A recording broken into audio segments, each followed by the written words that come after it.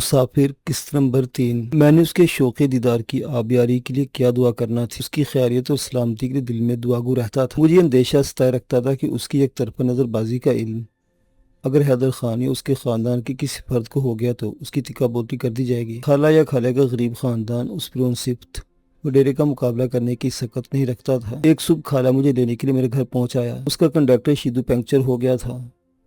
اس کے دائیں گھٹنے کی چینی ہڈی کے عین اوپر پھنسی نکل آئی تھی، جس کی وجہ سے اس کا چلنا پھرنا یکسر موقوف ہو کر رہ گیا تھا۔ اسی پھنسی کی وجہ سے اسے بخار نے آن لیا اور وہ چارپائی کا ہو کر رہ گیا۔ خالہ مجھے اپنے ساتھ بطور کنڈکٹر 2-4 روز کے رکھنا چاہتا تھا۔ مجھے دلچسپی نہیں تھی، مگر خالے کی منت سماجت پر اس کی مدد کے ارادے سے اس کے ساتھ چل پڑا۔ ویگن پر سامان لادنے اور سواریوں کو بٹھانے کا مشکل کام میں اس نے میری اعانت کی، مجھے کرایہ وصول کرنے کے ذریعے اصول بتائے۔ نورپور سے قریشی موڑ تک 2 بڑے سٹاپ تھے۔ پہلا سٹاپ نوری چوک تھا۔ کوڈتو سے قریشی چوک جانے والی بڑی سڑک پر نورپور کی لنک روڈ سے آن ملتی تھی۔ کہنے کا یہ چوک تھا، مگر یہاں 3 سڑکوں کا اتصال ہوتا تھا، چوتھی سڑک نہیں تھی۔ یہ نورپور سے 4 کلومیٹر کے فاصلے پر واقع تھا۔ یہاں سے 3 کلومیٹر کے فاصلے پر بلوچ موڑ تھا۔ قریشی موڑ یہاں سے مزید 3 کلومیٹر کے فاصلے پر واقع تھا۔ ان بڑے اڈوں کے علاوہ چند ایک چھوٹے چھوٹے سٹاپ بھی واقع تھے۔ ویسے تو نورپور والے اس کھٹارا ویگن کے ہر مسافر کو حق حاصل تھا کہ وہ جہاں چاہتا ویگن کو رکوا سکتا تھا۔ نوری چوک پر واقع خستہ حال خٹک ہوٹل کے سرکنڈوں کے بنے ہوئے چھپر کے عین سامنے خالے نے ویگن روکی۔ ہوٹل والے کا ننا کرندہ چائے کا پیالہ تھا۔ میں بھاگتا آیا۔ خالے نے ڈپٹ کر کہا، چلو بھوتنی کے ایک اور پیالہ پکڑ۔ میں نے چکٹ کپڑوں میں ملبوس لڑکے نے الٹے پیروں دوڑ لگا دی۔ خالے نے پائلٹ گیٹ کھولا، اشارے سے جانب بلایا اور ایک دبا کر بولا، شہر دعا کر، پیر کا دن ہے، بلوچ موڑ پر جلپری کا دیدار نصیب ہو جائے۔ میں نے تعجب سے پوچھا، پیر کا دن خاص ہے؟ ہاں، وہ ہفتہ کی شام گھر کو آتی ہے، پیر کی صبح ملتان جاتی ہے، کبھی کبھی بلوچ موڑ پر یا قریشی موڑ تک کہیں راستے میں بھیڑ ہو جاتی ہے۔ میں نے دل میں اس پر 4 حروف بھیجے اور ہوٹل لڑکے کے ہاتھ سے چائے کا پیالہ تھام کر چسکیاں لینے لگا۔ ایسے میں ویگن میں مقید سواریوں کا صبر کا پیمانہ لبریز ہو گیا اور وہ وقت کی کمی کا رونا رونے لگے۔ خالہ حسب مراتب ان کا سواگت کرنے لگا۔ مجھے خالے کا یہ رویہ کھلتا تھا، مگر وہ جواباً ہمیشہ یہی کہا کرتا تھا، تم ان لوگوں کو نہیں جانتے، میں جانتا ہوں، ان کے ساتھ تمیز اور ادب کے ساتھ بات کرو تو یہ سر پر چڑھ جاتے ہیں، ڈانٹ ڈپٹ کر رکھو تو سیدھے رہتے ہیں اور کبھی پریشانی کا سبب نہیں بنتے۔ چائے کا پیالہ حلق سے اتارنے کے بعد خالہ اپنی پائلٹ سیٹ پر بیٹھ گیا۔ اس کی ڈرائیونگ سیٹ بھی عجوبہ تھی۔ سیٹ کا فوم بیٹھ گیا تھا اور سیٹ کی اونچائی کو برقرار رکھنے کے لیے خالے نے اپنے گھر سے ایک سرہانہ اٹھا کر یہاں رکھ دیا تھا۔ پھر سیٹ کی ٹیک بھی پیچھے کی طرف جھک گئی تھی تو ایک سرہانہ وہاں بھی رکھنا پڑا۔ مہینوں تک نہ دھلانے کی وجہ سے دونوں سرہانوں کا اصل رنگ میل میں چھپ گیا تھا اور وہ سیاہ خونی رنگت اختیار کر چکے تھے۔ سن 70 ماڈل کی فورڈ ویگن کی رفتار کی حد بمشکل 40-50 ہی تھی۔ کبھی یہ چاروں طرف سے بند ہوا کرتی تھی۔ باڈی گل کھپ گئی تو اس پر ملتان کے ایک باڈی میکر نے ڈالا نما باڈی بنوا کر رکھ دی گئی۔ یہ شٹر غربہ ویگن دیکھنے کے لائق تھی۔ اس روٹ پر یقیناً ایسی ویگن کی ضرورت تھی۔ بلوچ موڑ پر پہنچ کر خالے نے بریک لگا دیے۔ کچھ دیر گزری، ایک مسافر نے ویگن کے اندر سے چلا کر کہا، خالے استاد، دور دور تک کوئی سواری دکھائی نہیں دیتی، چلتے رہو۔ خالے نے ایک نگاہ غلیظ سے اسے دیکھا اور مغرب کی جانب جاتی سرمئی سڑک پر نگاہیں ٹکا دی۔ چند ثانیے کے بعد اس نے آواز لگائی، شہرے ذرا ٹائروں کی ہوا چیک کر لے، مجھے لگتا ہے کہ کنڈکٹر سائیڈ والا ٹائر گڑبڑ کر رہا ہے۔ میں اس کی پیشہ ورانہ چلاکی کو سمجھ گیا تو ان کرہن نیچے ویگن کے بمپر سے اترا، باری باری چاروں ٹائروں کو ہاتھ سے ٹھونک بجا کر ہوا کی کمی کا جائزہ لیا۔ کچھ وقت یوں گزر گیا۔ خالے نے مجھے اپنے پاس بلوا لیا۔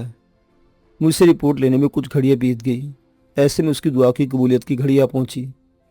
دور مغرب میں کار کے آثار دکھائی دیے۔ چند ہی لمحوں میں کار بلوچ موڑ پر پہنچ گئی اور ڈرائیور ادھر ادھر دیکھ کر کار کو مین روڈ پر چڑھانے لگا۔ خالے نے میرے پہلو میں ٹھوکا دیا۔ میں نے غیر ارادی طور پر کار کے پچھلے حصے میں جھانکا۔ ایک چاند گاڑی میں سمٹا دکھائی دیا۔ چند ثانیوں کی دیدار نے مجھے یہ باور کرایا کہ خالے نے اسما کے بارے میں اب تک جو بھی کہا تھا وہ بکواس نہیں تھا، عین حقیقت پر مبنی اظہار تھا۔ حالانکہ چند ثانیوں میں حسن کی محض ایک جھلک، سرخ و سفید رنگت اور وڈیرہ زادی کا کرو فری ملاحظہ ہوا تھا، اس لیے اس کے خال و خط بصارت میں نہ ٹھہر پائے۔ کار فراٹے بھرتی ہوئی آن کی آن میں نظر سے اوجھل ہو گئی۔ مجھے اپنے عقب میں خالے کے حلق سے پھوٹتی آہ کی صدائے موہوم سنائی دی اور میں بھاگ کر ویگن کے بمپر پر چڑھ گیا۔ خالے نے شترے بے مہار کی طرح ویگن کو سر پر دوڑایا، مگر خالے عثمان کی حیثیت میں موجود فرق کی طرح دونوں گاڑیوں کی رفتار میں بھی زمین و آسمان کا فرق موجود تھا۔ ویگن کی باڈی سے مختلف اقسام کی آوازیں نکلنے لگی۔ مسافر خوفزدہ ہو گئے۔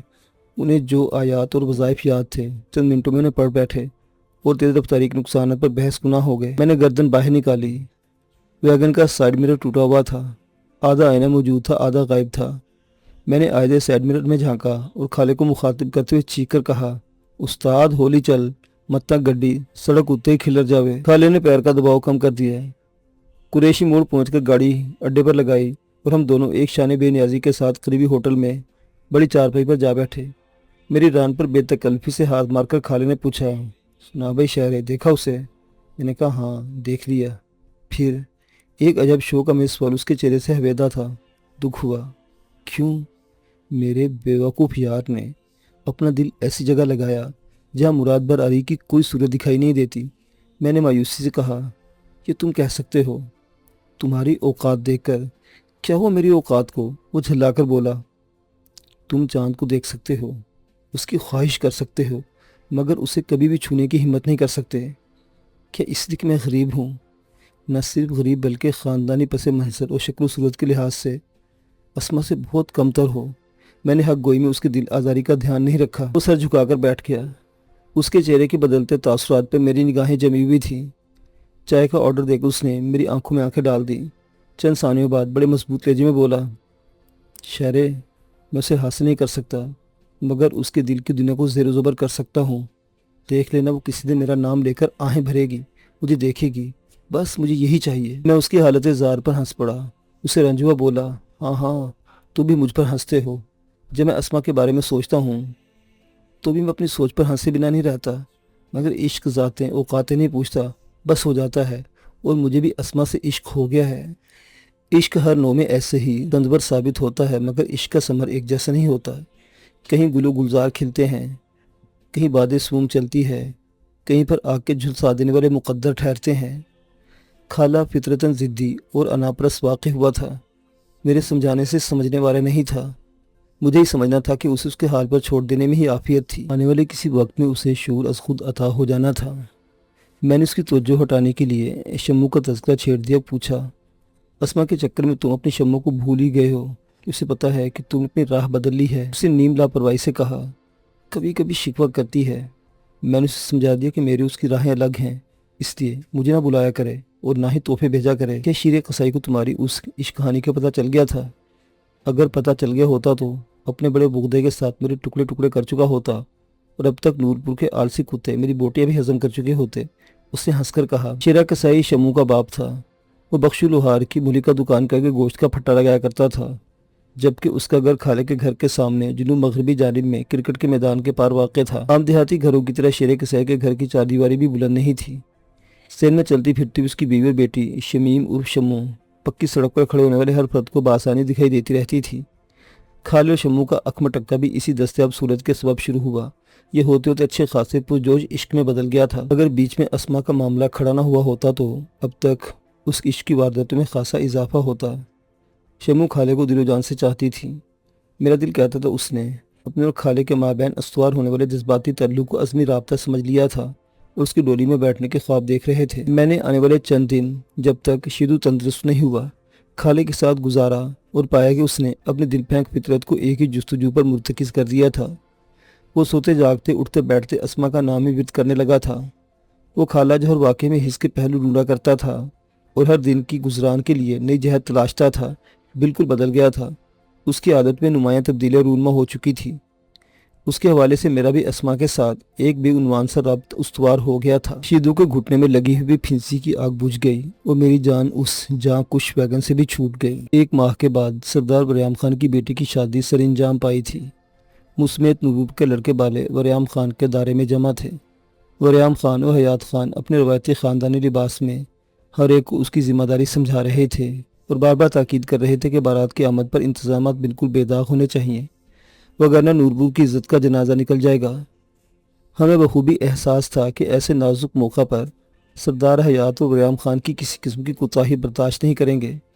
ان کے متوقع مہمان انہی کے ہم مرتبہ تھے یا ان سے بھی کہیں اونچے شملے والے تھے۔ میں نے دیکھا کہ خالے کا چہرہ کسی نامعلوم خوشی کے باعث دمک رہا تھا۔ وہ بھاگ بھاگ کر کام کرتا دکھائی دیتا تھا، کبھی ٹرالیوں سے ٹینٹ بناتے اور شامیانے اتارنے والوں کے ساتھ ہوتا کبھی دیگوں اور برتنوں کو سنبھالنے میں مشغول ہوتا تو کبھی اپنی کھٹارا ویگن کی ڈرائیونگ سیٹ پر پراجمان سودا سلب کی پرچی پر نظریں گاڑے منہمک دکھائی دیتا۔ میں نے چھیڑا، کہ بھی خالد محمود آج کوئی خاص بات ہے؟ اس نے اس والے نگاہوں سے مجھے گھورا۔ آج تم بڑے شوق سے شادی کے انتظامات میں جوتے ہوئے ہو، حالانکہ تم فطرتاً بیگار کو بیگار سمجھنے اور جان چھڑانے والے شخص ہو۔ میں نے اسے ٹرولا۔ اس کے گہرے سانولے رنگ پر کئی رنگ جھلملانے لگے۔ میں نے بہت زیادہ قریب ہو کر رازداری سے بولا، زنان خانے میں اسما آئی ہوئی ہے۔ میں نے ایک طویل سانس حلق سے خارج کی۔ اس کی غیر معمولی خوشی کا سبب معلوم ہونے پر میں حیران نہیں ہوا تھا، مگر مجھے بتائے جانے سے پہلے اندازہ نہیں تھا۔ میں نے کہا، تم نے دیکھا ہے اسے؟ اس نے بتایا، ہاں میں نے اسے 2-3 مرتبہ دیکھ چکا ہوں۔ کیسے؟ میں نے متعجب سے پوچھا۔ اس نے مجھے بازو سے پکڑا، ٹینٹ کے ایستادہ بانسوں کے بیچ میں سے گزارتے ہوئے دائرے کے مغربی دیوار کے پاس لے گیا اور دیوار کی جانب منہ کر کے زمین پر بیٹھ گیا۔ میں نے بھی اس کی تقلید کی۔ تب وہ روزن دکھائی دیا جو اینٹ کے نکلنے سے دیوار میں پیدا ہو گئی تھی۔ اس نے روزن پر آنکھ ٹکائی، چل میں دیکھتا رہا، پھر ہاتھ کے اشارے سے مجھے قریب کرتے سرگوشی کس انداز میں بولا، وہ دیکھو، وہ برآمدے کے تیسرے ستون کے ساتھ ٹیک لگائے کھڑی ہے۔ میں نے دیکھا۔ کچھ لمحوں تک منظر پوری طرح آشکار نہیں ہوا۔ سود مندی کے اترتے ہی ستون کے ساتھ کمر ٹکا کر کھڑی اسما دکھائی دی۔ اس کا منہ شمال کی جانب تھا اور روزن کو دیکھنے پر اس کے چہرے کی ایک سائڈ دکھائی دے رہی تھی۔ خالد نے اچانک مجھے شانے سے دھکیل کر پرے ہٹایا، خود آنکھ لگا کر چند میں دیکھتا رہا، پھر اٹھ کر کھڑا ہوا اور بولا، میں اسے یہاں سے دیکھتا ہوں کیونکہ سنتے کی باڑھ کی وجہ سے کوئی مجھے جھانکتے ہوئے نہیں دیکھ سکتا۔ چلو دارے کی طرف چلیں۔ ہم دونوں دارے کے سین میں بچھی ہوئی چارپائی پر بیٹھ گئے۔ ہمارے ہم عمر کچھ کم و بیش عمر والے تفویض شدہ کاموں کو پایہ تکمیل تک پہنچانے میں سرگرداں تھے۔ آواز نیچے رکھتے ہوئے خالہ مجھ سے مخاطب ہوا، میں نے رات اسما کو ناچتے ہوئے بھی دیکھا تھا۔ سچ؟ میری حیرانی فزونتر ہو گئی۔ ہاں تو؟ وہ اپنی آنکھوں کو پوری وسعت میں کھول کر بولا۔ وریام خان کی بیٹی کی مہندی کی رسم کا دھوم دھڑکا رات بھر چلتا رہا۔ باری باری سبھی لڑکیوں نے ڈانس کیا، ڈھولک بجی اور خوب دھما چوکڑی ہوئی۔ میں یہاں پانی چھڑکنے پر مامور تھا۔ پانی والا پائپ درست کرنے کے بہانے بار بار سنتے کی باڑھ کے پیچھے چلا جاتا اور روزن سے جھانک اسے دیکھتا۔ اچانک لڑکی نے اس سے ناچنے کی فرمائش کی، اس نے پوری کی اور میں دنیا سے بے خبر اسے تھرکتے ہوئے دیکھتا رہا کہ واقعی اس نے ڈانس کیا ہے۔ تو اور کیا، میں جھوٹ بول رہا ہوں؟ وہ نیم خفگی سے بولا، یار کیا بتاؤں تمہیں، وہ جب ناچ رہی تھی یوں لگ رہا تھا جیسے پورا زمانہ اس کا ساتھ دے رہا ہو۔ اس کے بدن کی معمولی سی حرکت پر زمین حرکت میں آتی محسوس ہوتی تھی۔ اس نے سب سے عمدہ ڈانس کیا تھا۔ وہ جھوٹ نہیں کہتا تھا، وہ اس ذہنی سطح پر پہنچ چکا تھا کہ اسے اسما کی معمولی اچھل کود بھی دنیا کا سب سے بہترین رقص معلوم ہونا چاہیے تھی۔ میں نے پر اندیشانہ لہجے میں کہا، اگر کوئی تمہیں چورکتا جھانکتا تانی کرتے دیکھ لے تو؟ رات کے اس سمے یہاں کوئی بھی نہیں تھا۔ علاقائی روایت خالے کے لیے بہت بڑی رکاوٹ تھی۔ وہ شادی کے پرہجوم موقع پر بھی زنان خانے کا دروازہ عبور نہیں کر سکتا تھا۔ یہ سرحد صرف حیات خان اور وریام خان کے خاندان کے لڑکوں اور مردوں کے لیے کھلتی تھی۔ ہمیں بھی اگر کوئی کام ہوتا یا کچھ درکار ہوتا تو ہم انہیں کہتے، وہ زنان خانے میں جاتے اور ہماری مطلوبہ شے ڈھونڈ لاتے۔ جب دن چڑھے نورپور والی سڑک پر شہنائیاں گونج اٹھیں، پٹاخے پھوٹے، تب شاید خالے کی قسمت بھی ہڑبڑا کر جاگ گئی۔ سردار وریام خان کا بیٹا بہرام خان بھاگا ہوا دارے میں داخل ہوا۔ ہماری ٹولی پر نگاہ پڑی تو تیر کی طرح ہماری طرف بڑھا، مجھے مخاطب کر کے بولا، شہرے تم اندر جا کر بتاؤ کہ بارات آ گئی ہے۔ یہ بھی بتانا ہے کہ پھول آخری کمرے میں سفید چادر کے نیچے چارپائی پر رکھے ہوئے ہیں۔ وہ کافی جلدی میں تھا، حکم دے کر الٹے پیروں باہر کی طرف بھاگا۔ اسے یہ بھی دھیان نہیں رہا کہ ان کے یہاں مہمانوں کی آمد کے بعد ہمارا زنان خانے میں داخلہ ممنوع قرار پایا تھا۔ میں نے قدم بڑھانا چاہے تو خالے نے جلدی سے میرے شانے پر ہاتھ رکھ دیا۔ میں نے پلٹ کر دیکھا، خالے کی آنکھوں میں ایک ہی التجا تھی۔ اس کے بولنے سے پہلے ہی سمجھ گیا اور انہی پیروں پر تھم گیا۔ اسے زنان خانے میں جانے کا اشارہ کرتے اپنی ٹولی کے ہمراہ دارے کے بیرون دروازے کی طرف بڑھ گیا۔ بارات کا شاندار استقبال ہوا۔ نورپور کی لڑکیوں نے بارات پر پھول نچھاور کیے۔ میں نے اس موقع پر پہلی مرتبہ اسما کو بحسن و کمال دیکھا تھا۔ خالہ بھی پورے شوق سے اس پر نظریں جمائے ہوئے تھا۔ جب باراتی دارے میں بچھی چارپائیوں اور لال پیلی کرسی پر بیٹھ گئے تو ان کی تواضع کا کام شروع ہوا جو ہمیں سونپا گیا تھا۔ جب کچھ فرصت ملی تو میں نے خالے کو علیحدہ کیا، پوچھا، سناؤ مجنوں میاں کیا رہا؟ وہ بولا، اللہ تیرا بھلا کرے شہرے، تیرے طفیل آج مجھے اسما سے بات کرنے کا موقع مل گیا۔ میں نے اشتیاق سے دریافت کیا، وہ کیسے؟ زنان خانے میں داخل ہوتے میں نے اسما کو تاڑ لیا، بس پھر کیا تھا تیر کی طرح اس کے پاس پہنچا، براہ راست اسی کو بہرام خان کا پیغام دیا۔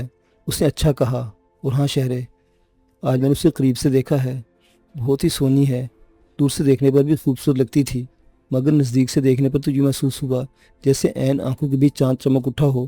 اس نے مجھ سے کہا، اب کھڑے کیوں ہو، جاؤ، اسے کہہ دو کہ تمام انتظامات مکمل ہیں، ہم نے بارات پر گل پاشی کا اہتمام کر لیا ہے۔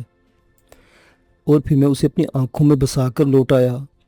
اس نے اور کچھ نہیں کہا، نہیں تو اکیلی تھی، نہیں اس کے ساتھ 5-6 لڑکیاں اور بھی کھڑی تھیں، انہوں نے بھی کچھ نہیں کہا۔ نہیں، نورپور کا مولوی نکاح پڑھانے میں مصروف تھا، خالہ مجھے پڑھانے میں مشغول تھا۔ عشق کی نگاہ سے دیکھتے ہوئے محبوب کے حسن کی تعریفوں کے پل باندھتے ہوئے ماحول سے یکسر بے خبر دکھائی دیتا تھا۔ لباس، خوشبو، آنکھیں، زلفیں، چال، اسے چند منٹوں میں کس کس موضوع کو نہیں چھیڑا تھا۔ مولوی نے دعا کے لیے ہاتھ اٹھائے، ہم نے بھی اٹھا دیے۔ خالد نے خسر پھسر کی، شہر میرے ہاتھوں میں اس کی تصویر سجی ہوئی ہے۔ میں نے ڈانٹا، انسان بنو اور دعا کو غور سے سنو۔ اسے مولوی صاحب کی مانگی جانے والی دعاؤں سے کوئی سروکار نہ تھا۔ وہ آنے والے کئی دنوں تک اسی ملاقات کے حصار میں گم رہنے والا عاشق تھا۔ بارات آئی، بیٹھی اور چلی گئی، مگر خالے کی نگاہوں میں پردہ جما کر بیٹھی ہوئی محبوبہ نے پردہ بصارت سے کبھی نہ اترنے کی قسم کھا لی تھی۔ رخصتی کے بعد شادی والے گھر میں خوشیوں اور پرمسر افراتفریوں کی جگہ ملال و اضحمال اور تھکن نے لے لی تھی۔ عجیب اداس اور بے نام سی کیفیت میں دھندلی فضا دل میں ہوس پیدا کرنے لگی تو میں چپکے سے وریام خان کے دائرے سے نکل آیا۔ وریام خان کے عین سامنے مشرقی سمت میں سردار بخت خان کی حویلی واقع تھی۔ وہ وریام خان کا سگا بھائی تھا، مگر دونوں کے بیچ اختلافات اس حد تک بڑھے ہوئے تھے کہ دشمنی کی واضح اور ناپسندیدہ فضا دونوں گھروں پر مسلط ہو گئی تھی۔ سردار بخت خان اپنی بھتیجی کی شادی میں مدعو ہونے کے باوجود شریک نہیں ہوا تھا۔ شادی سے چند دن قبل وریام خان نے برادری کے رسم و رواج کے مطابق اس کا میلہ کیا تھا۔ اس کے گھر میں سردار حیات خان اپنے بیوی اور بچوں اور برادری کے چند معززین کو لے کر گیا تھا اور شادی میں شریک ہونے کی استدعا کی تھی، مگر اس نے سب کو ناراض کر کے گھر سے اٹھا دیا۔ اس نے رسم بھی تو شادی میں شرکت کی حامی نہیں بھری تھی۔ میں نے نظر اٹھا کر جہو جشم والی حویلی کو دیکھا۔ عجب یاسیت اور تنہائی کا احساس دل میں جاگزی ہو گیا۔ بخت خان اپنے رویے اور خود ساختہ اصولوں کے باعث عملی طور پر نورپور میں بالکل تنہا ہو کر رہ گیا تھا۔ اس کی برادری کے ہم پلہ گھرانوں کے علاوہ ہم جیسے درجہ دوم کے باسی بھی اسے ناپسند کرتے تھے۔ میں نے کبھی نہیں دیکھا تھا کہ اس کے مربری ڈیرے پر کوئی پنچایت بیٹھی ہو، کوئی سالیہ فرادی آیا ہو یا کوئی مہمان آن ٹھہرا ہو۔ میرا بھی اس کے ساتھ تعلق بس السلام علیکم تک ہی محدود رہا تھا۔ وریام خان اور بخت خان کی حویلیاں گلی کے چوک میں غربی اور شرقی کونوں میں واقع تھی۔ یہی گلی مشرقی سمت میں میری گھر کی طرف جاتی تھی۔ بخت خان کے پچھواڑے پھوپھی کبرا کا گھر واقع تھا۔ اس سے ملی کا گھر لال خان کی ملکیت تھا، جبکہ لال خان کی شرقی جانب میرا یعنی چاچے چراغ کا گھر واقع تھا۔ اپنے والدین کی زندگی میں ہم دونوں بہن بھائی اپنے گھر میں رہتے تھے، جو وریام خان کی حویلی کے جنوب میں گلی میں آخر میں واقع تھا۔ وہ گھر ابھی تک خالی پڑا تھا۔ چونکہ گھر کی تعمیر کچی اینٹوں اور چکنی مٹی کے ساتھ ہوئی تھی، اس لیے وہ زمانہ بردگی کا شکار ہو چکا تھا۔ مناسب دیکھ بھال اور رہائش نہ ہونے کی وجہ سے اب وہ گھر نہیں کھنڈر دکھائی دینے لگا تھا۔ یہ کھنڈر مجھے پیارا تھا، یہ مجھے ایک ایسا اکساوا دیا کرتا تھا جو بھری دنیا میں مجھے کہیں سے نہیں ملتا تھا۔ بے اختیار میرے قدم اس طرف اٹھنے لگے اور میں عجیب سی خالی و ذہنی کی کیفیت لیے اپنے آبائی گھر کی طرف چل دیا۔ بے اختیار میرا ہاتھ پہلو کی جیب میں گیا، نامراد پلٹا، کیونکہ اس سمے میرے پاس گھر کی چابیاں نہیں تھی۔ ناچار مجھے اپنے کھنڈرنما گھر میں جا کر یادوں کے آدھے کو اگلے دن پر موقوف کر کے آدھ راستے سے واپس پلٹنا پڑا۔ اگلے دن سپہر کو میں اپنے آبائی مکان کی طرف نکلا۔ سال خوردہ چابیوں کا گچھا میرے ہاتھ میں تھا، جس میں کیرنگ کی جگہ سرخ رنگ کے کپڑے کا پٹی نما ٹکڑا لٹک رہا تھا۔ حویلی کا بڑا چوبی دروازہ کھول کر اندر داخل ہوا۔ صحن میں ہر سو ویرانی کا راج تھا۔ برسوں کی دھول کواڑوں اور تالوں پر جمی ہوئی تھی۔ میں نے بائیں ہاتھ پر واقع آخری دروازے کا قفل کھولا۔ چرچراہٹ کی مخصوص آواز سنائی دی۔ چند ہی لمحوں بعد میں کمرے کے عین وسط میں کھڑا تھا۔ دائیں ہاتھ پر 3 چارپائیاں ایک دوسرے پر رکھی نظر آ رہی تھی، جبکہ سامنے دیوار کے ساتھ پیٹیاں اور پیٹیوں کے اوپر چند ٹرنک رکھے ہوئے تھے۔ پیٹیوں اور ٹرنکوں پر میلی سی چادریں پھیلی ہوئی تھی۔ میرے بائیں ہاتھ پر کمرے کے نکڑ میں چکنی مٹی کا بنا ہوا ایک بڑا سائز کا بھڑولا موجود تھا، جس کے عین وسط میں ایک سوراخ تھا۔ سوراخ کا سائز محض اتنا سا تھا جس میں سے بمشکل ہاتھ کا انگوٹھا گزار سکتا تھا۔ میں اس بھڑولے کے غیر روایتی سوراخ کو کبھی فراموش نہیں کر سکتا تھا۔ جہاں میں کھڑا تھا وہاں مٹی کا فرش اکھڑا ہوا تھا اور میں اس اکھاڑ کے پس منظر سے بخوبی آگاہ تھا۔ میں غرض میں اٹی ہوئی چیزوں پر حسرت کنا نگاہ ڈال کر بھڑولے تک گیا اور اس پر ہاتھ پھیرنے لگا۔ سوراخ کے اندر جھانکا، سوائے اندھیرے کے کچھ دکھائی نہ دیا، تو میں بھڑولے کی جڑ میں بیٹھ گیا۔ میری حالت دیگرگو ہو رہی تھی، دل کی دھڑکن بھی حد سے متجاوز تھی۔ میرے دونوں ہاتھ بھڑولے کی نچلی کناری پر ٹک گئے اور میں سسک سسک کر رونے لگا۔ کمرے میں میری سسکیاں آسیبی آوازوں کی طرح گونجنے لگی، مگر مجھے پرواہ نہیں تھی۔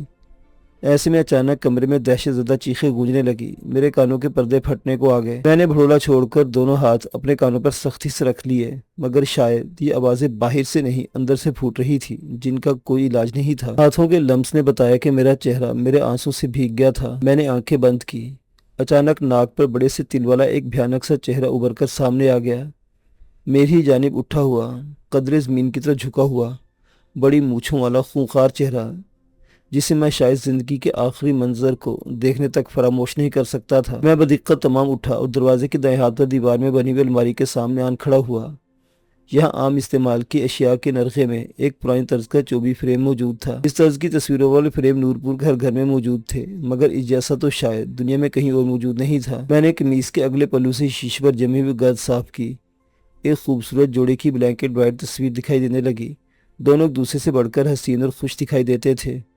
ایک دوسرے کے پہلو میں کھڑے ہو کر تصویر کھنچوانے کا مسرت آمیز ہی جان الوہی مسکراہٹوں کی صورت میں ان کے چہروں پر سب تھا۔ عورت دلہن تھی، میری ماں تھی، مرد دولہا تھا، میرا باپ امام دین تھا، جسے اس کی خوب روئی کی غیر معمولی وصف کی بنا پر نورپور والے اسے پیار سے سوہنا خان کہا کرتے تھے۔ فریم میرے ہاتھوں میں کانپنے لگا۔ میں نے گردن موڑ کر بھڑولے کو دیکھا، بھڑولے کے سوراخ کو دیکھا، اور پھر میری نظریں بے اختیار اکھڑے ہوئے فرش پر جم گئی۔ میرے ہاتھوں میں تھامی ہوئی تصویر کے حقیقی کردار اسی فرش پر ہمیشہ کے لیے میری نظروں سے اوجھل ہوئے تھے۔ جہاں یہ بے ڈھنگا گڑھا دکھائی دے رہا تھا، وہاں دونوں کا خون ایک دوسرے میں خلط ملط ہوا تھا۔ کیڑوں مکوڑوں نے خون کے ساتھ فرش کی مٹی بھی چاٹ لی تھی، جس کی وجہ سے چکنی مٹی کے لیپ والا فرش اکھڑ گیا تھا۔ میں سست روی سے چلتا ہوا کمرے کے وسط میں آ گیا، تصویر کو سینے سے لگا کر گھٹنوں کے بل زمین پر بیٹھ گیا، پھر جھکتے جھکتے زمین پر دراز ہو گیا اور پھر دیوانہ وار زمین کو جانوروں کی طرح چاٹنے لگا۔ مٹی کا ذائقہ میرے ذہن میں گھل گیا، مگر مجھے اس کی کوئی پرواہ نہیں تھی۔ مجھے تو اپنی نمک آلود پانی ابلتی آنکھوں کی بھی اس سمے پرواہ نہیں تھی۔ میں کتنا رویا، کیسے رویا، کچھ خبر نہیں تھی۔ بہت دیر گزر گئی، شاید گھنٹے گزر گئے تھے، جب میں شکست خوردہ انداز میں میشر بداں کمرے کو تالا لگا کر باہر نکل آیا۔ میں اپنی حویلی سے دل گسل نکلا، گلی کے چوک میں کچھ دیر رکا اور پھر اپنے گھر کی طرف چل دیا۔ خالو ذہنی کی کیفیت میں اپنے گھر سے بھی نکل آیا۔ افسر علی کے گھر کے شرقی جانب پختہ کھال کو کراس کرتا اس پر پکی نالی بنی ہوئی تھی۔ میں پلی پر جا کھڑا ہوا، لہلاتی فصلوں سے ٹکرا کر آنے والی ہوا مجھے اپنے شہر میں لینے لگی، اپنی سرمستی میں مگن میرے ساتھ اٹکھیلیاں کرنے لگی۔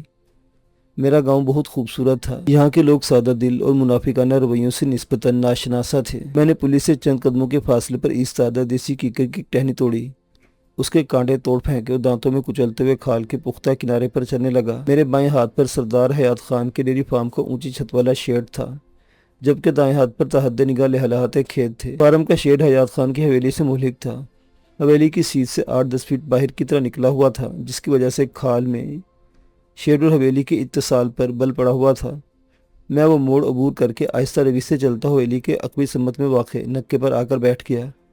یہ میری اور خالے کی مخصوص نشستگاہ تھی اور ہر لحاظ سے طویل اور رازدارانہ گفتگو کے لیے بہت موزوں تھی۔ مسواک کرتے مسلسل آج سر انجام پانے والی شادی کے بارے میں سوچنے لگا۔ چند دن پہلے تک پورے گاؤں میں خوشیاں اور مسرت کی عجیب کیفیت دیکھنے کو مل رہی تھی۔ بارات کے جاتے جیسے ہر وجود پر غیر مرئی تھکن اتر آئی تھی۔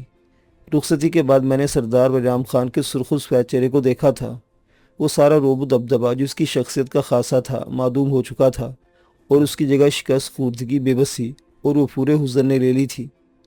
اس کی آنکھوں میں اشک نہیں تھے، مگر اس کی ایک ایک ادا اشک بار تھی۔ اس کی مونچھوں کے اکڑے ہوئے سرے بھی جھکے جھکے محسوس ہوتے تھے۔ ایک ہی وقت میں جب کوئی دلاسا دے رہا تھا، کوئی فرض کی سر انجام دہی پر مبارکباد دے رہا تھا، اور زنان خانے سے اٹھتی سسکیوں اور آہوں کی آواز کانوں میں مسلسل روزن کاری کر رہی تھی، وہ مجھے نہایت عجیب لگا۔